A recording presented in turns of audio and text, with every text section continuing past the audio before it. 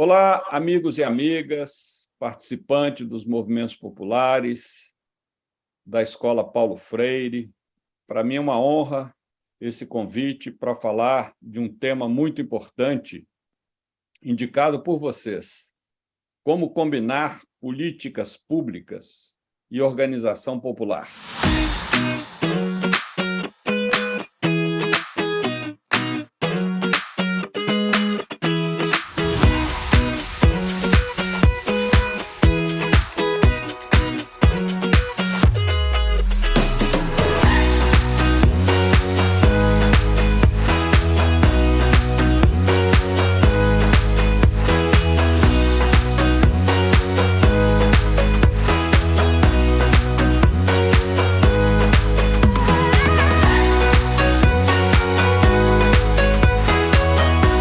Bem, se nós pensamos em organização popular, nós temos que, primeiro, mobilizá-las, ou seja, intensificar o nosso trabalho de base para que se multipliquem os movimentos populares. O grande problema do nosso povo brasileiro é que ele é sofrido, ele conhece esse sofrimento, ele tem consciência das dificuldades que atravessa, mas muitas vezes não sabe como se organizar para se fortalecer na luta por conquista dos seus direitos. Então, se falamos de organização popular, temos que, antes disso, repensar a nossa estratégia de trabalho de base para criar e fortalecer as organizações populares, multiplicar o número de militantes empenhados, comprometidos, engajados na conquista desses direitos básicos da cidadania. Direitos de classe, direitos de trabalho, direitos identitários, enfim, todos os tipos de direitos que hoje são negados, solapados, massacrados por esse governo neofascista que, felizmente, haveremos de tirá-lo nas eleições de outubro deste ano. Para isso, é preciso pensar a multiplicação de movimentos populares em vários setores: movimentos de juventude, movimentos de bairro, movimentos esportivos, movimentos culturais, movimentos identitários, mulheres, LGBT, todos e todas, como costumo dizer, indígenas, as diversas etnias representadas no Brasil, inclusive dos refugiados que aqui chegam e são acolhidos. Ou seja, nós, dentro da nossa possibilidade, dos nossos talentos, dos nossos quadros militantes, devemos sempre mais multiplicar o número de organização popular. E, para isso, é voltar ao trabalho de base e aplicar todo o patrimônio deixado por essa figura iminente, grande amigo meu, que dá nome à escola, o professor Paulo Freire. É ele que nos deu a chave para um trabalho de base que realmente resulte no protagonismo dos oprimidos e não na condução intelectualista de militantes de classe média ou classe alta, que muito mais falam para a academia do que para o nosso povo simples, marginalizado e excluído. Ora, quando nós trabalhamos os movimentos populares, é preciso, na relação com as políticas públicas, é preciso estar atento em alguns critérios fundamentais. Primeiro, sempre manter a autonomia do movimento. Sempre. É um equívoco quando um movimento popular, um sindicato, uma comunidade eclesial de base se partidariza, ou seja, se alinha a um determinado partido político, excluindo todos aqueles que não se sentem identificados com aquela sigla partidária. Então, é preciso manter a autonomia do movimento popular. O movimento popular ele não pode se transformar numa correia de transmissão dos partidos políticos, como aconteceu, por exemplo, nas experiências socialistas fracassadas, como a União Soviética, onde esses movimentos eram meros instrumentos ou ferramentas em mãos das direções partidárias. Não, o movimento tem que ter autonomia, autoridade e dialogar a partir da sua representatividade de igual para igual com as autoridades públicas, que são nossas servidoras e a quem nós, com os nossos impostos, pagamos os salários e pagamos as suas diversas atividades. Então, é preciso ter muito claro que as autoridades públicas elas não são pessoas com direito de mandar na população ou de mandar nos movimentos populares. São servidores. O presidente da República, como disse o Lula, ao tomar posse em 1º de janeiro de 2003, eu serei o servidor público número 1.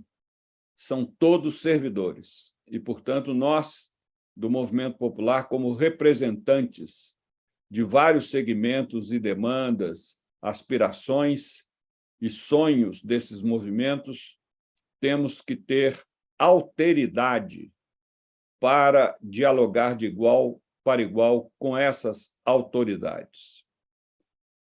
Uma outra questão importante é que os movimentos populares, para ter um diálogo consistente com as políticas públicas, ele tem que passar por uma boa formação ideológica. É muito importante que os movimentos tenham clareza do seu projeto de Brasil, do seu projeto de continente latino-americano e caribenho e do seu projeto de mundo. O que queremos para o país que vivemos, o que queremos para o mundo que vivemos. Ou seja, não podemos ficar apenas em pautas pontuais. Elas são importantes. Em determinados momentos, por exemplo, são fundamentais essas pautas pontuais, mas elas devem estar sempre situadas dentro de um conjunto mais amplo de projetos históricos. Então, é fundamental que a gente aprofunde como faz a Escola Paulo Freire, como faz a Escola Florestan Fernandes e outras tantas escolas de educação popular no Brasil, a formação ideológica dessa militância, para que as pessoas realmente tenham clareza de que as suas demandas, junto às instâncias públicas e governamentais, são demandas que se colocam dentro de um horizonte libertador mais amplo e mais a longo prazo. É isso que dá consistência à nossa luta para que ela não se transforme num mero movimento de reivindicação instantânea ou num mero movimento de obtenção de algumas medidas que acabam sendo meros recursos de apaziguamento das nossas lutas, como agora quer fazer o governo Bolsonaro, aumentando o Auxílio Brasil de R$ 400 para R$ 600. Isso é um mero jogo eleitoreiro, uma tentativa de desviar os eleitores da sua preferência ao candidato Lula para preferir esse candidato fracassado, sem nenhuma chance de vencer essas eleições, que é o atual presidente da República. Agora, é muito importante que, quando nós dialogamos com os setores públicos, quando nós dialogamos com as autoridades, com os políticos, a gente tenha clareza de quais são as prioridades que abordaremos. Isso depende também do caráter, da natureza de cada movimento. É evidente que um movimento sem terra tem como pauta principal a reforma agrária, o movimento indígena, a demarcação das terras indígenas, o movimento de mulheres, os direitos das mulheres, o direito ao aborto, o direito a várias questões trabalhistas, como a questão da licença maternidade, etc.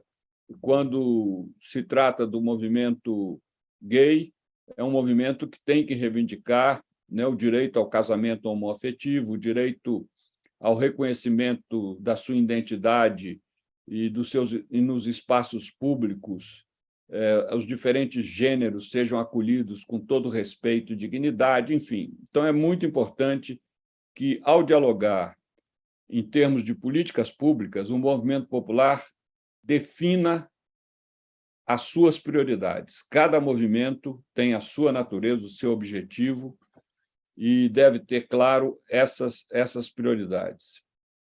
Nós temos, por exemplo, hoje, algumas prioridades muito importantes que, inclusive, deveriam convergir vários movimentos em torno delas. A principal é o combate à fome.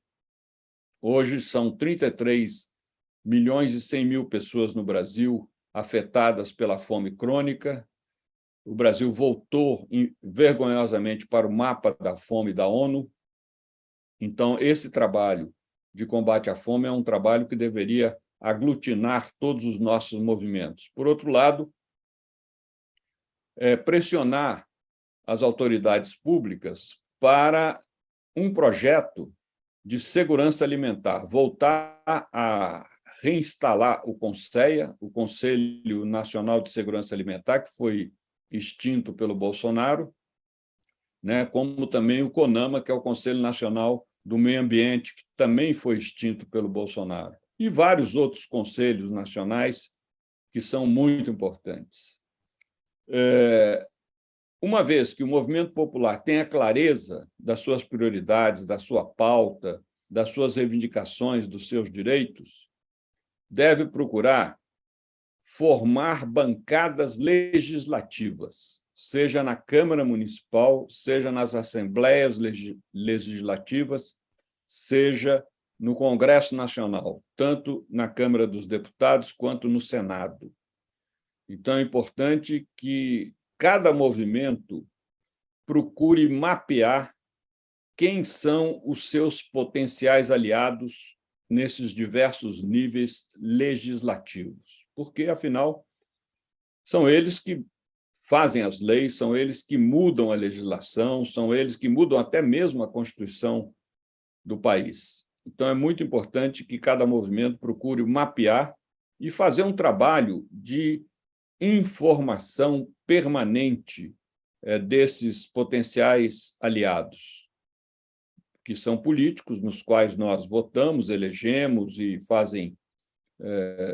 tomam posições coincidentes com as nossas, mas não basta o movimento, num determinado momento, colocar a bandeira, sair pela rua e dizer queremos tais direitos. Não, é preciso realmente articular essa política junto com legisladores desses três níveis para que as políticas públicas sejam modificadas e venham efetivamente a favorecer a maioria da população e não essa minoria rica, privilegiada, patrimonialista, patriarcal, que sempre usufruiu de tantos privilégios em nosso país. É muito importante também essa mobilização de rua. E um grande sonho que todos nós temos, né, gente que está na militância há muitas décadas, sobretudo quando eu ajudei a fundar a Central de Movimentos Populares, é que os movimentos se somassem nas suas lutas específicas, ou seja, que o movimento de mulheres não olhe a luta do sem terra como se não fosse também dele, que o movimento do sem terra não olhe a luta das mulheres como se não fosse também dele, ou seja, essa cumplicidade de reforço com cada luta de cada movimento, ela é fundamental também para o êxito. Vamos lembrar sempre esse princípio: governo é que nem feijão, só funciona na panela de pressão. Se a gente não pressiona, e pode ser o governo mais progressista, não importa. Se a gente não pressiona, a gente não conquista. Então, é muito importante fazer essa pressão. E essa pressão hoje comporta dois campos de atuação intensa: a mobilização de rua e as redes digitais. É preciso que cada movimento procure se qualificar no domínio das redes digitais e estabeleça um sistema permanente de disseminação de notícias, de informações, de desmentido de fake news, de conteúdos para reflexão, enfim, todo esse trabalho que é exatamente o que nós estamos fazendo agora nessa minha exposição aqui. Mas é preciso aprofundar e multiplicar isso. Por outro lado, é muito importante que os movimentos estejam muito conscientes da conjuntura que o país e o mundo vivem em determinado momento, porque sem essa consciência da conjuntura, a gente não vai ter clareza no nosso projeto político estratégico. A gente não vai ter clareza do país que queremos, como queremos e o que fazer para conquistá-lo. É muito fácil, como a minha geração, por exemplo, sonhou com o Brasil socialista. Mas até chegar a isso demanda muitas e muitas etapas e muitas lutas. Mas nós não podemos ficar de braços cruzados esperando que um dia, por milagre, venha o fim do capitalismo e o advento do socialismo. Não, nós precisamos já, desde agora, nas nossas iniciativas, implantarmos aquilo que sonhamos para o futuro. Então, eu termino justamente enfatizando esse aspecto. O meu movimento quer a reforma agrária? Quer, mas é preciso fazer o que o MST faz. Vai lá, faz a ocupação, conquista a terra, dá um lote a cada família que participou dessa mobilização, e já se começa ali um projeto microsocialista. Isso acontece com o MTST, né, o Movimento do Sem Teto, acontece com muitos outros movimentos pelo Brasil afora. Ou seja, é preciso que as políticas públicas cada vez mais reconheçam a exemplaridade das nossas iniciativas na base, ou seja, aquilo que nós transformamos de ideia em prática, de projeto em realidade, de sonho em algo viável.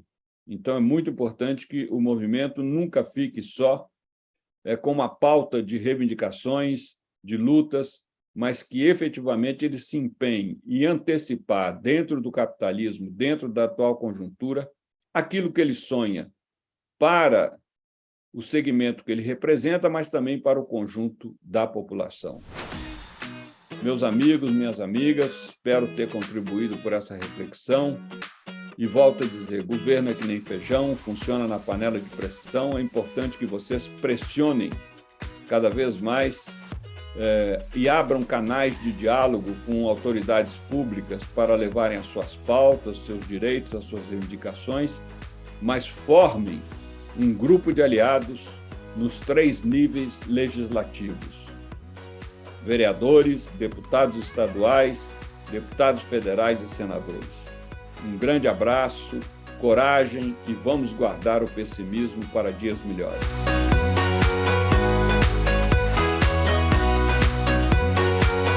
Boa tarde,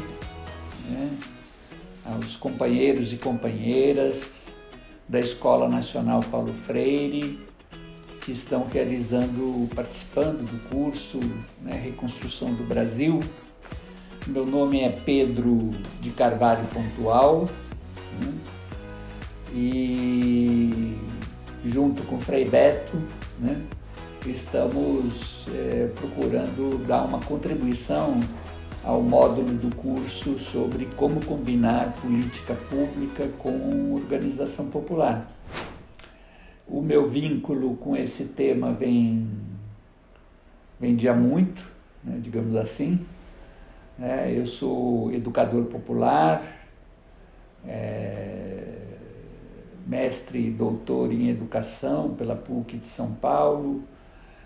Com a minha dissertação teve essa temática, em torno da experiência do Mova São Paulo, do qual eu participei da concepção, junto com o nosso querido Paulo Freire, que dá o nome à nossa querida escola, e que foi justamente uma tentativa de combinar, na forma de parceria, a organização dos movimentos com a política pública de alfabetização. E a minha tese de doutorado foi em torno da experiência de orçamento participativo, da Prefeitura de Santo André, na gestão do saudoso e querido prefeito Celso Daniel, uma das figuras mais importantes de elaboração, tanto das questões de poder local, desenvolvimento local, como também da participação e da gestão democrática.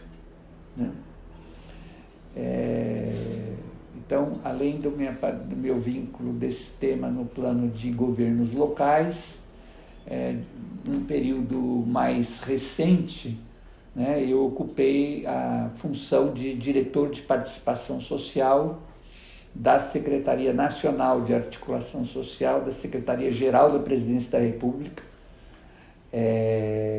no primeiro mandato da presidenta Dilma, de 2011 a 2015. Bem, eu penso que o Frei Beto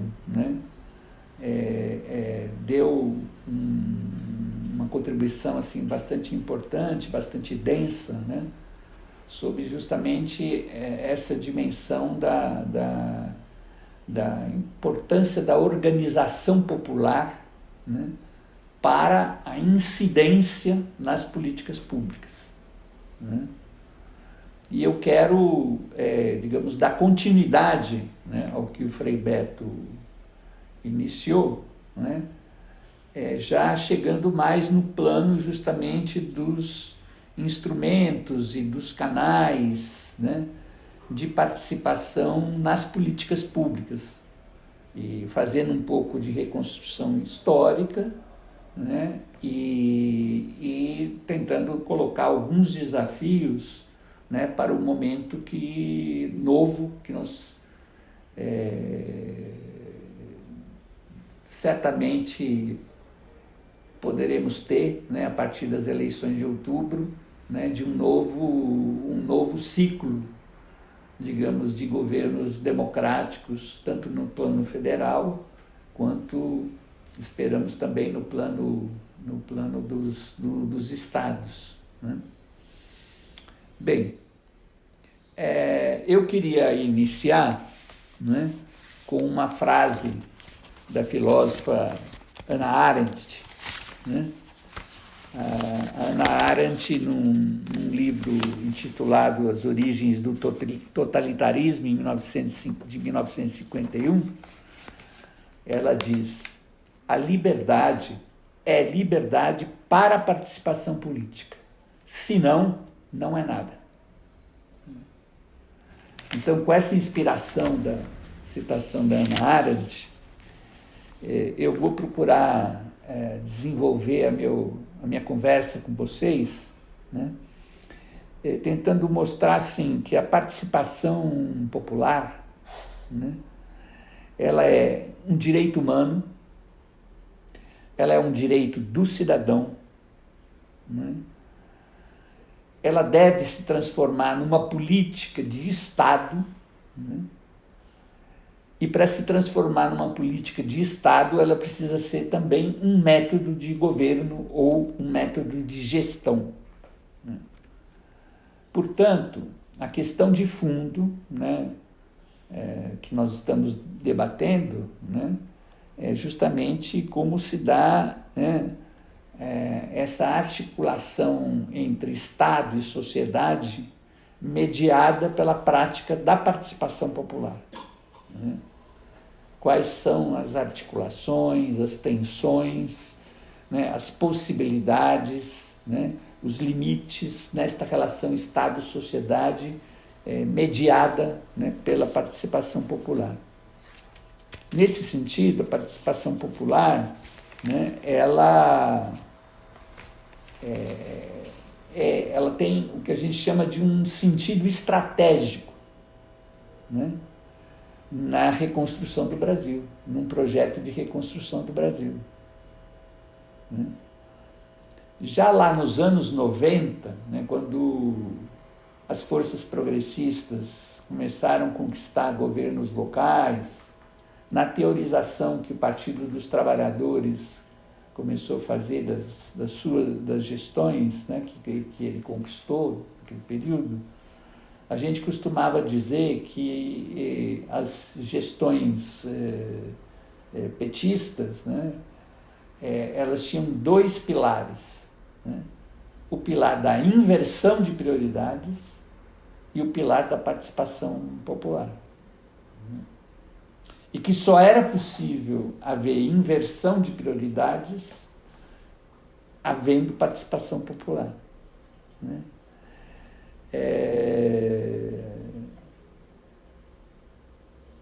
Dando um salto, né? Todas essas experiências que a gente teve de participação popular no plano de governos locais, né? Seja através dos conselhos, seja através de conferências, e muito fortemente nos anos 90, através da experiência dos orçamentos participativos, né? Todas essas experiências, digamos, constituíram um acúmulo, né, importante, né, para o que foi depois o desenvolvimento da prática de participação popular nas políticas públicas no âmbito do governo federal, né, com a conquista dos mandatos do presidente Lula e da presidenta Dilma Rousseff. Né?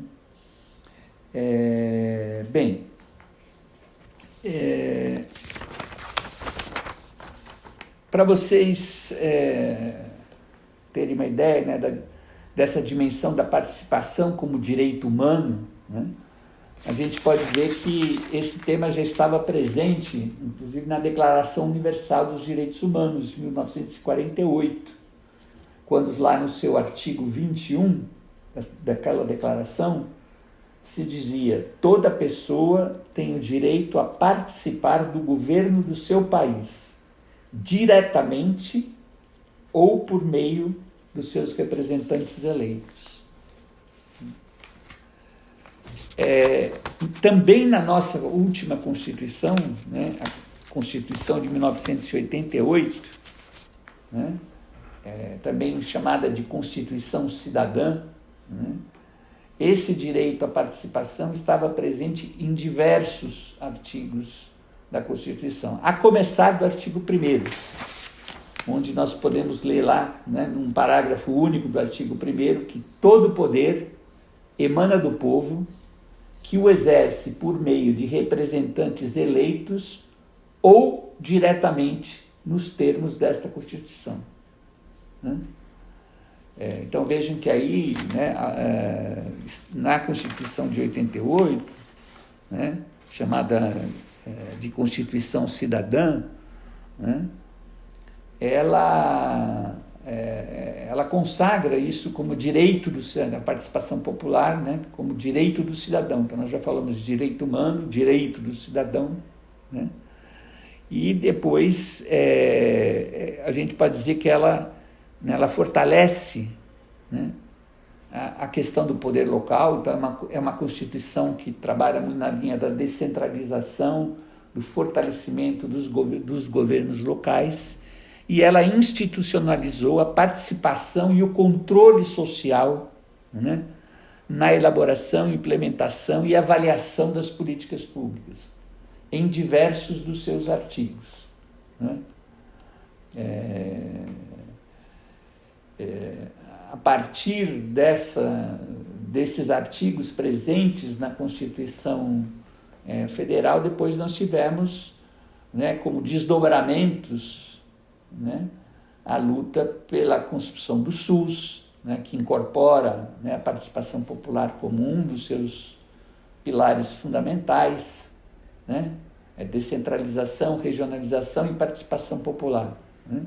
A constituição do SUAS, do Sistema Único de Assistência Social, que tem como pilar também a participação social, e nesses casos sempre pensadas desde o poder local, governo, municípios, no âmbito estadual e no âmbito do governo federal. Também o sistema de garantias de direitos de crianças e adolescentes, né, que se constituiu muito a partir das lutas também dos movimentos sociais, né, no plano da educação também, né, se constituíram, né, o sistema também de segurança alimentar, né, o CISAM, o Sistema Nacional de Cultura, né, foram todos desdobramentos disso que estava lá na Constituição de 1988. Né. Nós podemos dizer, portanto, né, que o processo de construção democrática, né, no Brasil, né, ele tem duas vertentes, né, que se complementam, se articulam, ainda que muitas vezes na forma de conflitos e de tensões, que é o âmbito, né, da democracia representativa, né, onde a ideia central, né, está no fato de que as decisões políticas, né, e de políticas públicas são originárias das instâncias constituídas por representantes eleitos pelo povo através do voto. E a outra esfera da democracia, da construção da democracia, que é o que nós chamamos da democracia participativa, né, que está baseada na concepção, né, de que as definições e as autorizações para as decisões a respeito de políticas públicas competem ao conjunto dos cidadãos, né, que o exercem ou de forma direta, né, ou através dos instrumentos e canais de participação, né, como são os conselhos, as conferências, as audiências públicas, né? Então, essa questão da democracia participativa, representativa e participativa constitui, né, uma relação que nós propomos e visualizamos como uma relação que pode ser de soma, né, mas que numa sociedade muito desigual como é a sociedade brasileira, onde a representação de interesses, né, é sempre bastante conflitiva, né, dos interesses de classe, né, os interesses, né, essa relação, portanto, ela é uma relação sempre tensa, é uma relação que tem avanços, mas tem também momentos de retrocesso e de limites, né? Então, a participação popular, pensada nesta relação, né, é um processo, né, que tem a possibilidade, né, de devolver a palavra a quem não tinha voz e nem era escutado, né? Essa digamos assim, o elemento essencial da participação, né? Um processo que tem a possibilidade de devolver a palavra a quem não tinha voz e quem não era escutado, que tem o potencial, né, de desenvolver a capacidade das pessoas, dos cidadãos, de tomar decisões, né, e que muitas vezes foi transformado esse cidadão, né, na história do Brasil, ele foi muitas vezes transformado num agente passivo, né, dos projetos e das políticas, né? E, então, a participação ela tem a dimensão de afirmar, né, os cidadãos como sujeitos do processos de decisão a respeito das políticas. Por isso, a participação, quando vivida dessa maneira, né, se constitui, né, num processo, portanto, de construção e afirmação da cidadania. Né? Bem,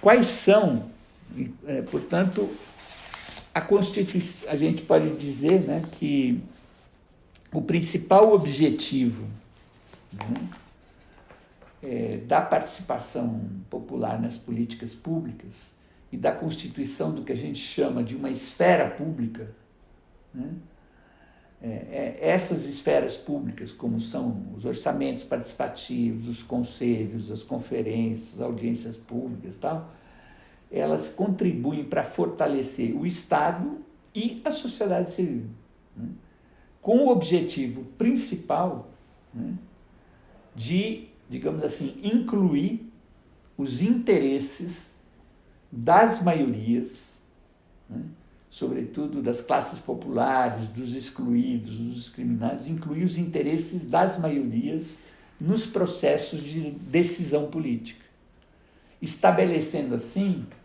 né, o que a gente poderia chamar de uma contra-hegemonia popular. Né? Bom, quando nós estamos falando em participação nas políticas públicas, né, nós estamos compreendendo que essa participação deve se dar em todos os momentos dos processos de implementação de uma política pública ou de um programa público, né, um projeto. Portanto, ela deve se dar antes da construção, né, dessa política pública, ela deve se dar durante o processo de construção da política pública e ela deve se dar depois da construção dessa política e desse programa.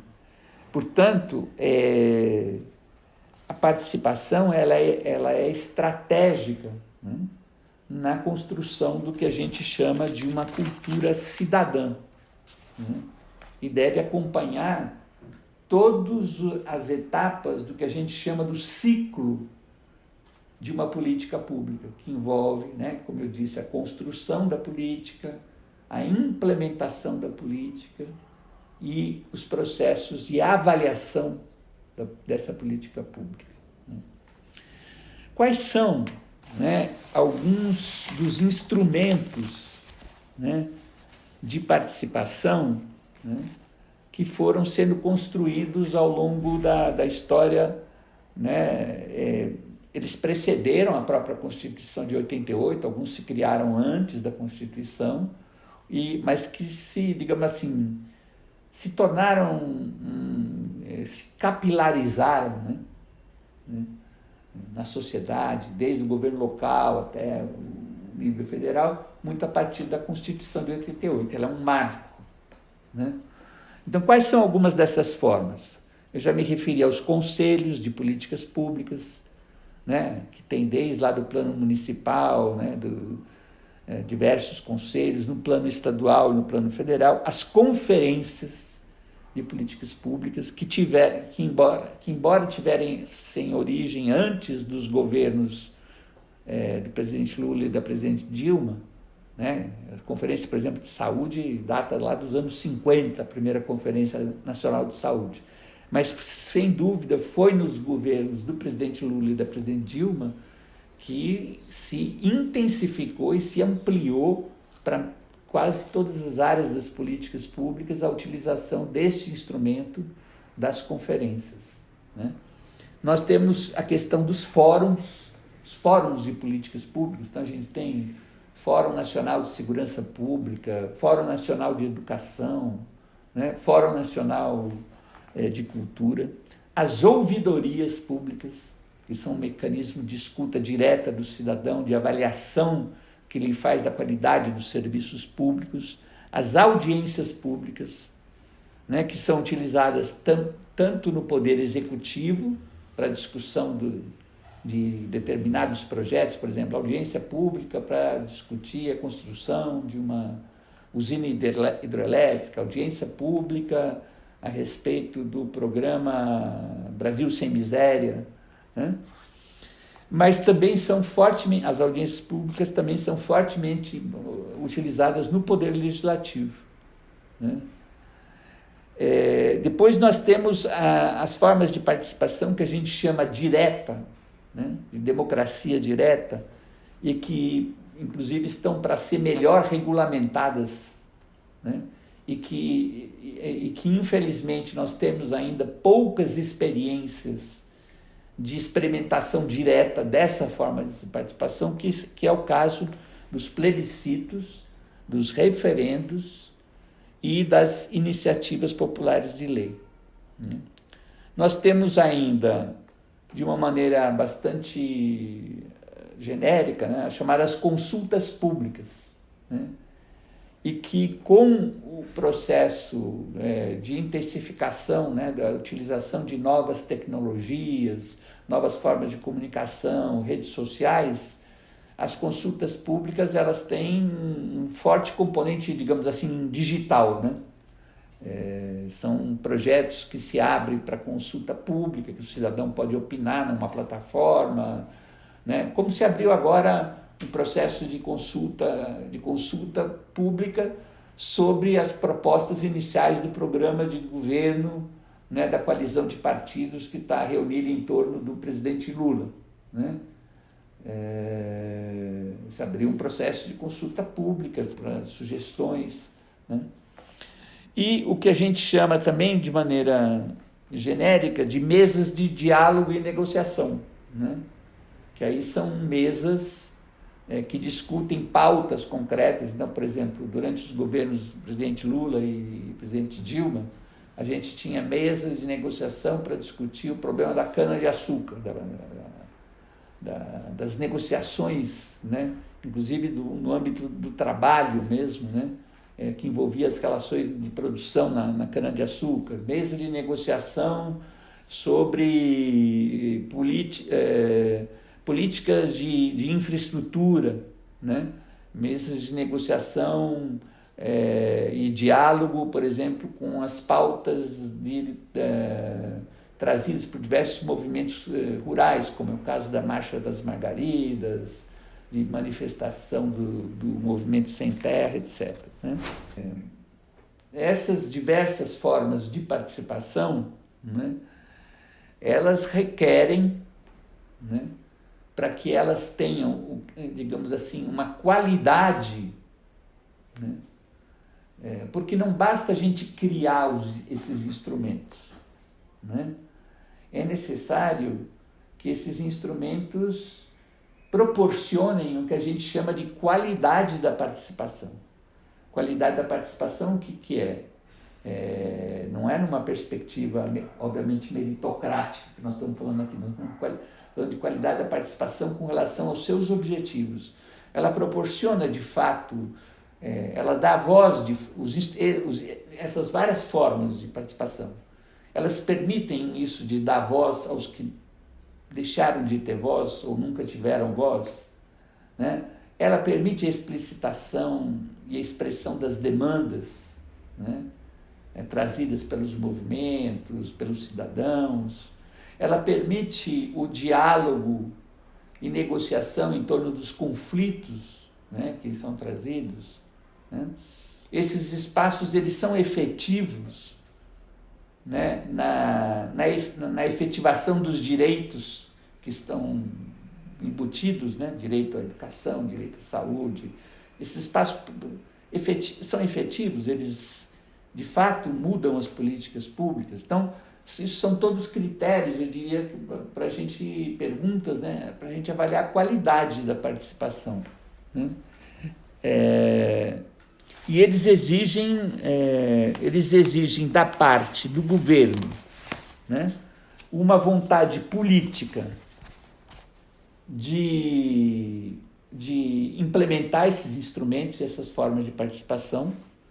Essa vontade política, inclusive, deveria se expressar num investimento, né, inclusive de recursos para essa participação, né, recursos para realizar as conferências, para qualificar o trabalho dos conselhos, para fazer formação, né, dos atores da sociedade civil e também dos gestores e técnicos que participam desses canais de participação. O governo deve criar condições, né, para que a participação ocorra, né, de forma qualificada e, portanto, investindo na capacitação, na produção de informações. Né? Um dos elementos centrais para essa participação ser efetiva é que as pessoas que participam nesses espaços tenham a informação adequada, né? Do que é aquela política pública, de quais são, por exemplo, os recursos orçamentários alocados para a realização daquela política pública. Então, a qualidade, a maneira como o governo produz e socializa essas informações é um elemento importante para a consolidação desses canais. E, portanto, o governo precisa tornar, as suas estruturas, as estruturas do Estado, mais permeáveis às demandas da sociedade. Isso eu diria que são as responsabilidades do governo no processo. O que seriam as responsabilidades da sociedade civil, né, no processo? Primeiro, aquilo que o Frei Beto, né, insistiu bastante na fala dele, a capacidade de organização popular, autônoma, propositiva, né, com capacidade de mobilização, capacidade de pressão, né, eleição de representação, das suas representações para estar nesses canais, né, a defesa dos interesses públicos, né, que essa representação da sociedade civil não seja, digamos, corporativa apenas, que ela trabalhe com a ideia de defesa de interesses públicos, né, e que seja uma participação qualificada, né. Um elemento, assim, eu diria que muito importante para a gente avançar, nós temos agora, né, o grande desafio, né, de reconstruir todos esses canais.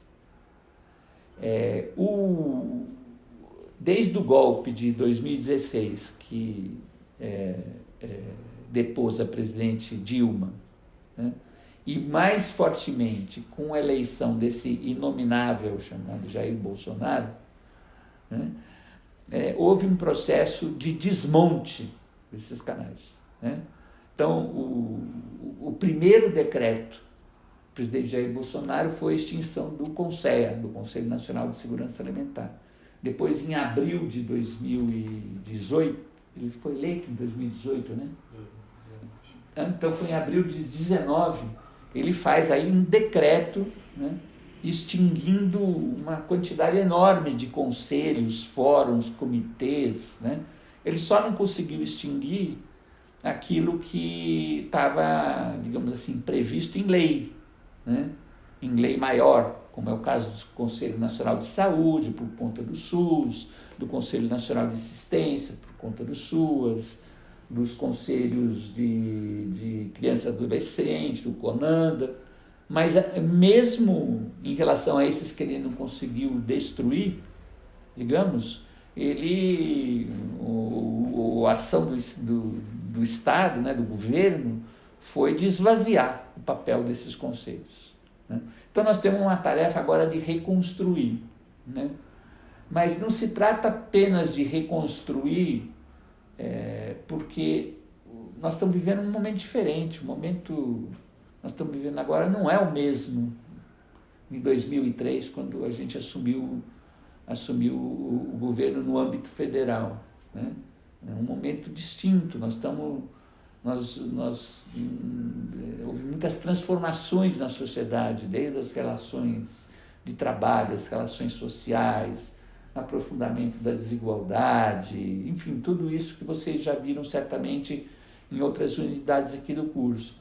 Então, se trata da gente, ao mesmo tempo, reconstruir, mas com um olhar crítico, ou seja, o que a gente precisa aperfeiçoar, né, nesse processo de reconstrução. Um dos elementos que eu considero chave, né, é que a gente avance no sentido de que esses instrumentos e formas de participação sejam cada vez mais deliberativos, né? Ou seja, que a participação se transforme num processo de decisão, né? Essa é uma questão muito delicada, né? É muito delicada porque, além, obviamente, da oposição que a direita, né, os setores conservadores fazem a essa ideia de instrumentos e canais deliberativos, né, na próprios setores progressistas e de esquerda, né, muitas vezes tem um temor, eu diria, muito grande a implementação desses canais como canais efetivos de deliberação, né? Há sempre uma justificativa ideológica, olha, se eles forem deliberativos, podem prevalecer interesses que não são os interesses da maioria, a gente pode ter disputa com setores conservadores, então se for... tudo isso tem a sua razão, mas ou a gente assume, né, que esses são espaços em disputa, né, e que na disputa o processo de decisão é fundamental, né? O Paulo Freire costumava dizer, né, que é decidindo que a gente aprende a decidir. Uma frase que está lá no Pedagogia da Autonomia, né? E o que ele costumava dizer? Ele dizia, olha, nesse processo de aprender a decidir, a gente tem alguns momentos que a gente tem avanços e tem outros que a gente pode ter retrocessos. Mas a gente aprende tanto com os avanços quanto com os retrocessos, né? E, portanto, a possibilidade de retrocesso não é uma justificativa para você não implementar o caráter deliberativo nesses instrumentos de participação, né? Nós estamos tentando colocar aqui alguns desafios, né, para esse próximo período, né, de reconstrução e aperfeiçoamento e ampliação, né, dessas formas de participação popular nas políticas públicas. Então, eu já me referi à necessidade de se avançar no poder deliberativo dessas instâncias, já me referi à necessidade de se trabalhar na construção da autonomia, entendida como força e capacidade organizativa desses instrumentos, para que eles não fiquem vulneráveis a um ditador de plantão, né? E para se construir essa autonomia, é fundamental um investimento no que eu chamo de uma pedagogia, né, da gestão democrática, um investimento em formação dos atores, tanto da sociedade civil quanto do governo que participam desses espaços. E aí é importante a gente partir dos acúmulos também que nós já temos.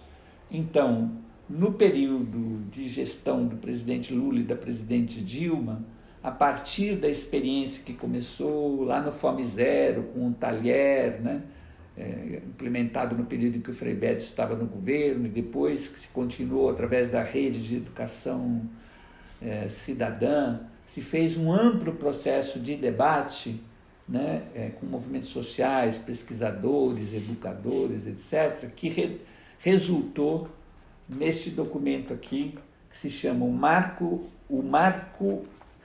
de Referência da Educação Popular para as Políticas Públicas, né, onde aqui há todo um referencial, né, de como o que a gente chama da educação popular, né, e do pensamento freiriano pode contribuir para a democratização, né, das políticas públicas, para a construção disso que a gente está chamando da autonomia desses espaços. O outro desafio, que a gente já tem também um acúmulo, né, mas que continua muito presente, é que muitas vezes esses espaços, essas formas de participação, elas não dialogam entre si, né, elas se dão de maneira, elas têm uma arquitetura, digamos assim, muito fragmentada, que de alguma maneira reproduz a fragmentação das próprias políticas públicas, né? Então, qual é o desafio? É justamente a gente criar formas de articulação, né, que permitam a construção de relações de complementariedade ou de interseccionalidade, como se tem falado, entre esses canais de participação, né? O acúmulo que se tem nessa direção, né, foi justamente durante o mandato da presidente Dilma, né, a construção, né, durante os 4 anos do primeiro mandato, né, a construção do que depois assumiu a forma, inclusive, de um decreto da presidenta, em 2014, né, que é da Política Nacional de Participação Social, conhecida como a PNPS, né, e da construção de um Sistema Nacional de Participação Social, que busque justamente articular esses instrumentos, conselhos, conferências, ouvidorias, audiências públicas, mesas de diálogo, participação através digital, né? Nesse sentido, também o marco civil da internet é um referencial importante a ser retomado, ser revisto, ser atualizado, mas o desenho, né, do que foi a Política Nacional de Participação Social e a proposta de um Sistema Nacional de Participação Social, eu creio que pode ser um bom ponto de partida. Diga-se aqui que ele teve tanta consistência de alguma maneira, ainda que a gente não tenha tido tempo de implementá-lo efetivamente, mas ele teve tanta consistência que foi uma das ações, junto com o PNDH3, Plano Nacional de Direitos Humanos 3, que também foi construído através de um amplo processo de participação popular. Essas duas políticas que acenderam, digamos assim, as garras da direita e dos conservadores, né? Editoriais, inclusive do jornal Estado de São Paulo, dizendo que essa prática da soberania popular pretendia substituir a função que é legítima da democracia representativa, dos deputados, dos parlamentares, e atacando isso, né? Dizendo que a gente estava querendo trazer a experiência de Cuba e de Venezuela para, enfim, todo aquele ataque que a extrema-direita fez, né, a esses instrumentos, sendo que, inclusive, o próprio Congresso Nacional, no primeiro momento, derrubou o decreto da presidente Dilma, né, a respeito da participação e do Sistema Nacional de Participação. Então, ali tem elementos importantes. Aqui, no caso de São Paulo, o prefeito Fernando Haddad, na sua gestão, chegou também a construir uma política municipal de participação social e um sistema de participação social, enviou isso como projeto de lei para a Câmara. Então, acho que são elementos de acúmulo, né, que podem ser pontos de partida para esse novo período que a gente vai enfrentar. Lembrando, né, que não se trata de simplesmente aplicar essas coisas, né, mas de olhá-las com um olhar crítico, olhá-las de acordo com os desafios que estão colocados hoje, né? Então tem um elemento, por exemplo, novo que é fundamental, que é a questão das redes sociais, né? Que estava lá presente, lá atrás, quando a gente começou a elaborar esses marcos, mas não tinha o peso que ela adquiriu hoje, né? Como espaço de participação também, né? De construção, de disputa, né? De hegemonia, de disputa de interesses. Então a gente tem que repensar isso, qual é o lugar das redes sociais, da participação digital num projeto de participação, né? Então eu vou com isso concluindo, né, a minha contribuição, né, com uma esperança muito grande, né, de que a partir dessas eleições de outubro a gente consiga colocar um freio no avanço desse neofascismo que se instalou no nosso país e consiga fazer uma virada democrática novamente, né, que permita a gente retomar o processo de construção da participação popular nas políticas públicas, da organização popular para incidir nas políticas públicas. Então, meus parabéns à Escola Paulo Freire pela realização desse curso de reconstrução do Brasil e também pela introdução desse módulo tão importante da participação, da relação entre política pública e organização popular.